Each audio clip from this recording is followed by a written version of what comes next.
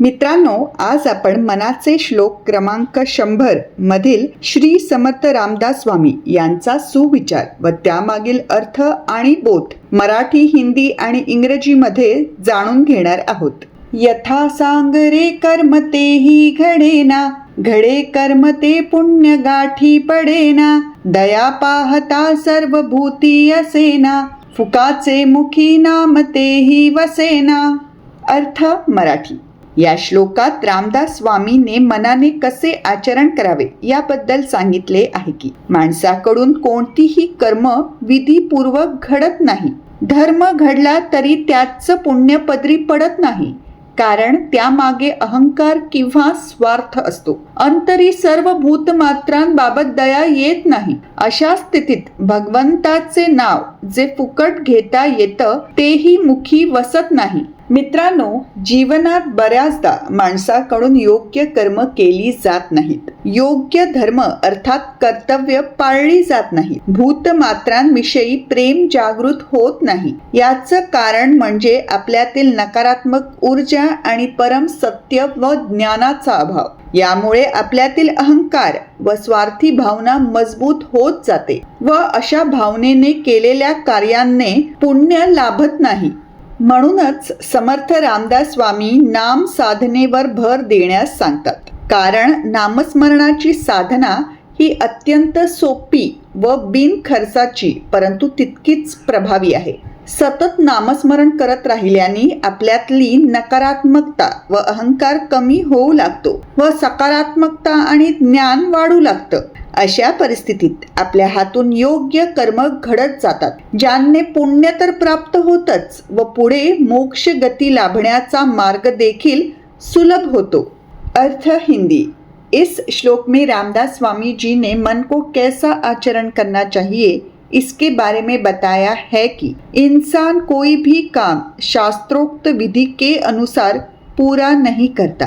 यदि कर्म का काम हो भी जाए तो अहंकार या स्वार्थ के कारण उसका पुण्य प्राप्त नहीं होता. मन में सभी भूतों के लिए कोई दया नहीं आती.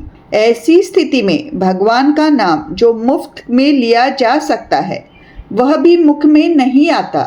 दोस्तों, जीवन में कई बार लोग सही काम नहीं करते, सही धर्म या कर्तव्यों का पालन नहीं करते और जीवित प्राणियों के प्रति प्रेम नहीं जगाते. इसका कारण है हमारे अंदर की नकारात्मक ऊर्जा और परम सत्य एवं ज्ञान की कमी. इससे हमारे अंदर अहंकार और स्वार्थी भावना बढ़ती है और ऐसे स्वार्थ से किए गए कामों से हमें कोई पुण्य नहीं मिलता. इसीलिए समर्थ रामदास स्वामी नाम साधना पर जोर देने की सलाह देते हैं, क्योंकि नामस्मरण की साधना बहुत ही आसान और सस्ती लेकिन उतनी ही असरदार भी है.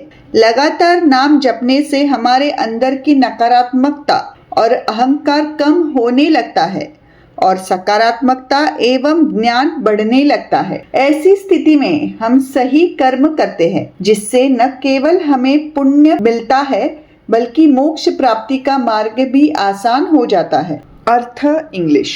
In this shloka, Ramdas Swamiji has talked about how the mind should behave. He says, man does not complete any work according to the rules. Even if a good act is done, the virtues of it is not attained because of egoism and selfishness. There is no pity for other beings in mind. Even in such situation, God's name, which can be taken freely, does not come in your mouth. Friends, many times in life, people do not do the right things, fail to uphold the proper dharma or duties, and do not cultivate love for living beings. The reason for this is the negative energy within us and the lack of ultimate truth and knowledge. This fosters ego and selfishness within us, and we derive no spiritual merit from actions driven by such selfishness. That is why Samartha Ramdas Swami advises on emphasizing the practice of chanting the divine name.